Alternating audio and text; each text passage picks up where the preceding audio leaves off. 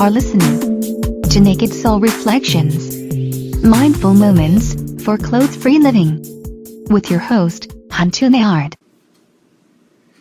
Hello everyone, Hantone Hart here, and welcome to the third installment of Naked Soul Reflection Podcast.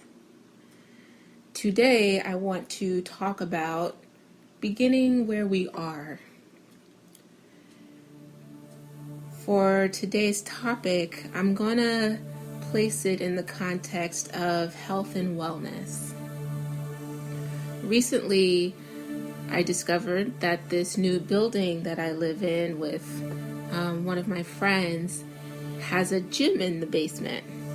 And I didn't realize that when I moved in with her, but just a couple weeks ago, there was this grand discovery of, oh my gosh, there's a gym downstairs.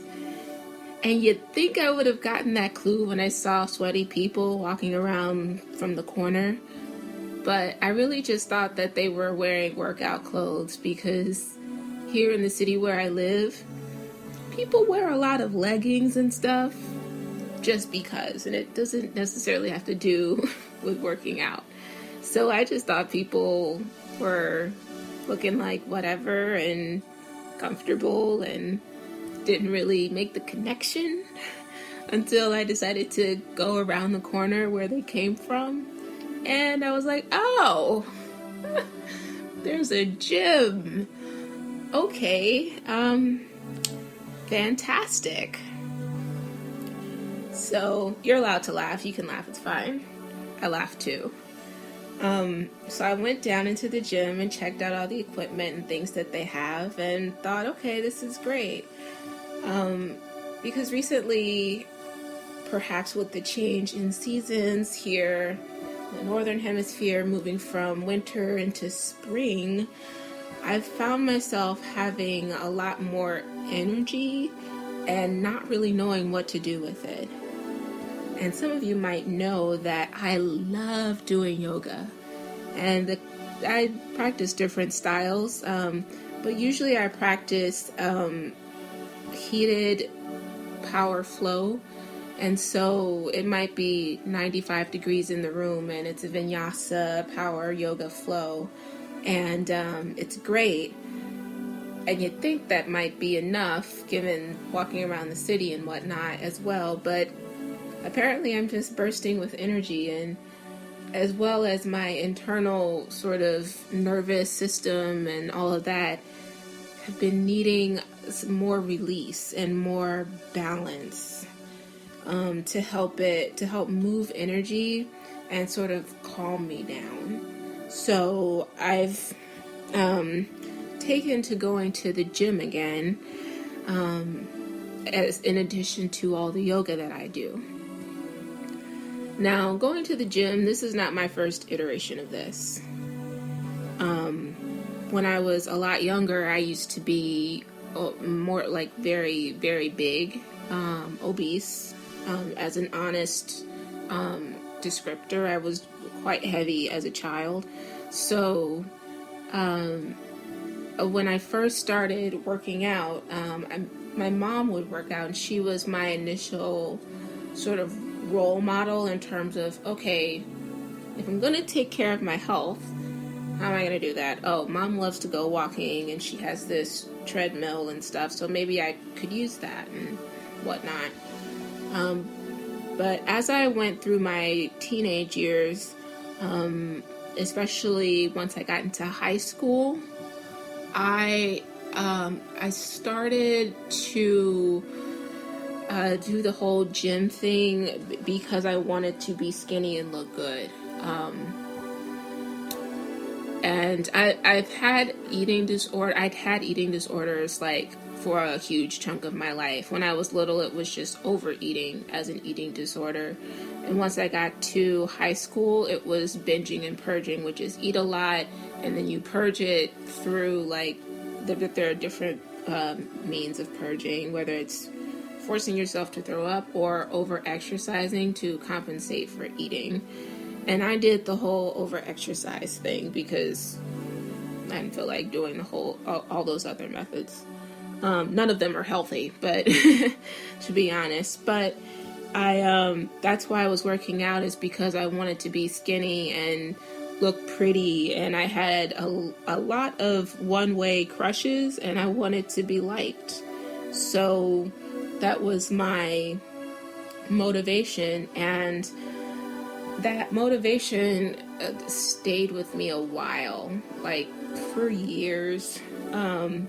My weight fluctuated up and down a lot, and I've taken my body through some difficult things because of that unbalanced attitude towards my health. So, as excited as I was to learn about the gym downstairs, to be honest, I was worried that I might approach it in the wrong way all over again. I didn't want to work out to look skinny. Since I started my clothes-free life, in August it'll be 2 years ago. So, in 2014 when I started, it's not that I looked at myself and thought there's nothing that I need to do to take care of myself. But I changed my attitude in terms of eating disorders. It's been a process, a slow healing process, because eating disorders are related to a whole host of other things in a person's life. So, and I couldn't tell you what an eating disorder means to another person, but for me it was related to a lot of just emotional, spiritual instability, as well as not understanding what I needed in order to take care of like my nervous system and stuff like that. So since starting my clothes-free life, the hatred and frustration that I had with my body began to go down. Didn't go away completely. There are still moments where I'll have that frustration, but it's certainly lessened a lot. And when I would look in myself in the mirror, I didn't keep sucking my gut in all the time to think, well, if I looked like this, then I would be okay. I stopped doing that, and I just started looking at myself as I was and being like, okay, so that's who I am today. And again, not to be in a place of complacency with regards to my health, but being willing to look at who I truly am in the moment and say, okay, this is me today. So I am pleased to share that right now I am going to the gym and all that, and navigating my eating and whatnot, but not with the goal of looking like this or that person or to be quote unquote skinny. The way that my body changes will be part of the process. However it does change, I don't really know. I'm older than I was, when I was in high school, so I don't really know. But what I'm really interested in right now is not so much what I physically look like, because when I look in the mirror, I just think, okay, this is me. And honestly, my body's is hella strong. It's always been super duper strong my entire life. So more than anything, I mean, apart from the times where I do have moments of like, I wish, those come, but more than anything, I'm grateful that my body is so strong. So I'm not so worried about all the technical pieces of what I'll look like, so much as how I feel. I haven't been sleeping, and I'm anxious about lots of different things, and so needing to move energy and balance like my nervous system and my moods out, that's what I feel when I enter my workouts now. Even when I'm in the process on the elliptical machine, I'm not so obsessed with like, going super fast or burning a bajillion calories and whatnot. I want to feel, I'm just listening to how my heart rate feels, and also watching my thought process Are my thoughts racing? Can I calm down? Am I getting anxious? And this, that, and the other. And the music that I used, interestingly enough, is not like like it's not hectic music. It's actually pretty calm, chill music, because it helps me to remain mindful even as I do a cardiovascular workout. So I'm excited that I'm approaching my workout from this perspective of wanting to support my health, but understanding my health in a broader context than, oh, I wish my stomach was smaller. Like, taking care of my body will take care of my body. I'm interested in making sure my mood is balanced, that I'm feeling settled and not having erratic, stuck energy anymore. And I share this because it's important for us to be able to accept where we are in any given moment. Acceptance being distinct and different from complacency. And with this, I actually want to share an excerpt from one of my favorite books about yoga. This for me is like my yoga Bible. It's called The Heart of Yoga, Developing a Personal Practice by TKV Desikachar. And I love Desikachar, and the book is so down to earth, so it's easily digestible. And within a section called The Practice of Yoga, The Foundations of Yoga Practice, I have to share this excerpt with you from page 13. He writes, one may ask, is it an expression of asmita, or the ego, when someone begins yoga because he or she wants to be better? Such a question may lead us to important discoveries about the meaning of avidya, which is misapprehension. We are subject to avidya, misapprehension, and when we notice that, directly or indirectly, it becomes clear to us that we have to do something about it. Sometimes our first step is the need to become better or feel more accomplished. It is no different from someone saying, I am poor, but I'd like to be rich. Or, I'd like to become a doctor. I doubt that there is anyone who really does not want to improve himself. And even if our first step springs from the desire to become better and is therefore rooted in the ego, it is still a right step because it takes us on to the first rung of the yoga ladder. Furthermore, we do not stay permanently committed to this initial goal of self-improvement. According to the Yoga Sutra, the recognition and conquest of avidya, misapprehension, and its effects is the only ladder by which we can climb upward. The goal of wanting to make something better may be the first rung on the ladder. And it is indeed true that by practicing yoga, we gradually improve our ability to concentrate and to be independent. We improve our health, our relationships, and everything we do.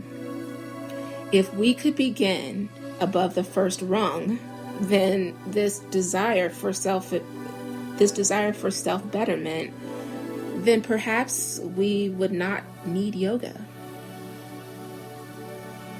So I share that because sometimes I get obsessed with whether my desire to start something is a wrong desire or a wrong motivation. And this quote has been really helpful for me in understanding that, okay, sometimes we might start with a very I want to be skinny, or I want to look like this. But that might have to be our first step. And maybe we don't stay there.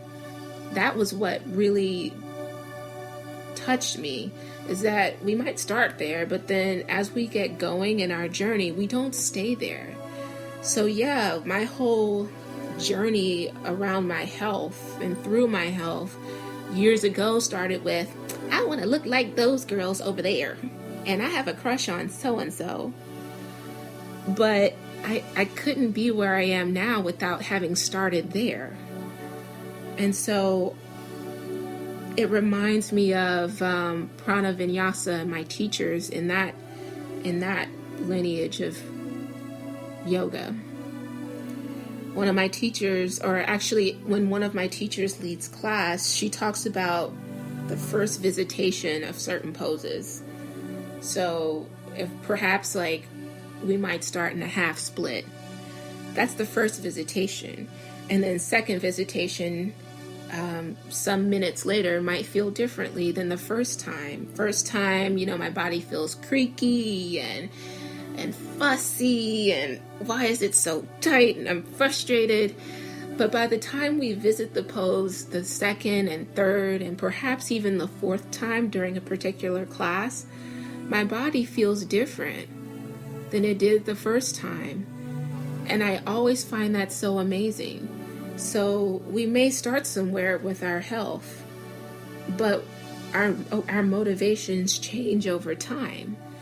And I just think that's so cool. And I offer that to all of us to consider.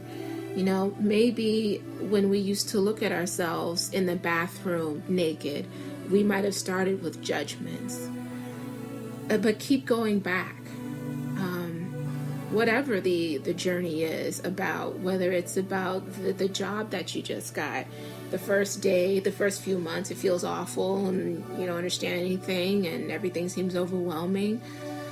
But every visitation to the office is different. And before you know it, you've mastered the basic skills and the basic responsibilities. Clothes-free living. The first time you take your clothes off, it might feel like, hello, there is air everywhere. Are people looking at me? And, if you're in a social situation or even if you're by yourself, like, I'm naked. But keep visiting that for yourself. Keep going back to it and saying, okay, I'm not, whatever your motivation is to become clothes-free, your motivation could change. Whatever your motivation was for getting that new job, for starting yoga or working out, or, even the first visitations of friendships or the visitations of falling in love, all of that stuff, it's never the same. Every time it happens, it's never the same. So, because we are always as individuals evolving, and then as communities evolving. And so it's okay to go back and revisit and to understand that the journey continues, that there's no stagnation. And so let's be with that this week. And I offer us to spend some time each day just sitting in stillness. I'm going to wrap up this segment with a short meditation, but I offer that. Maybe the first time you meditate, it might feel awful. Or the 500th time that you meditate, you might think, okay, why are my thoughts insane? It's okay. Every visitation is different. And every visitation is part of the process. And it's all working. It's all going somewhere. And believe me, I don't say this lightly because I have to remind myself of this every day, especially when I go to yoga. Because I'll think, I can't get this pose today. I haven't been able to do it for 3 months. Why? Who knows? But keep going. Keep doing. Keep asking. So come into, choose a comfortable position. You might be seated. You might be lying down. Close your eyes. And take a body scan.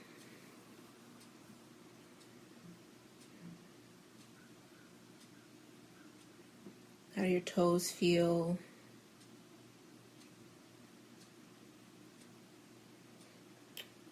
Your shins, your knees, your thighs, how do they feel?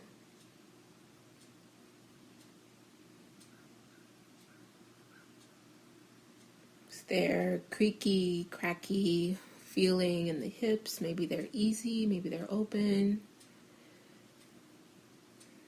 Without assigning value around whatever the feeling is, just acknowledge and let it go. The belly, maybe it's easy, maybe it's full, maybe you have gas, doesn't matter. Keep breathing through, in and out of the nose. Shoulders, relaxing down. Jaw easy, not clenching the teeth. Easy neck, soft eyes.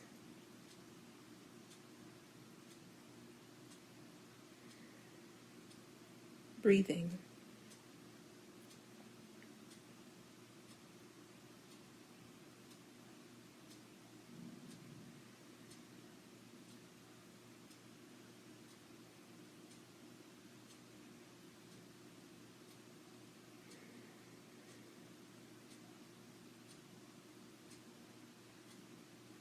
Thoughts may come, let them pass without touching them with value or judgment.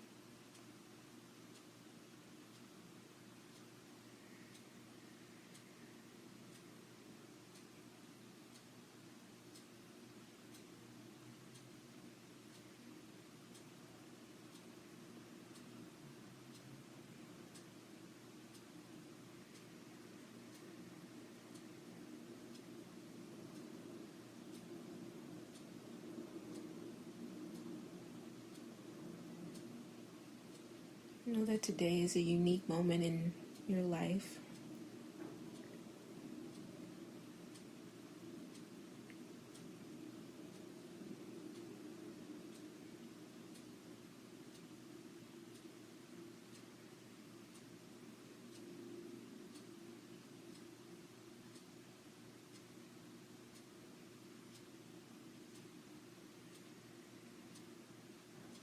Just be in it.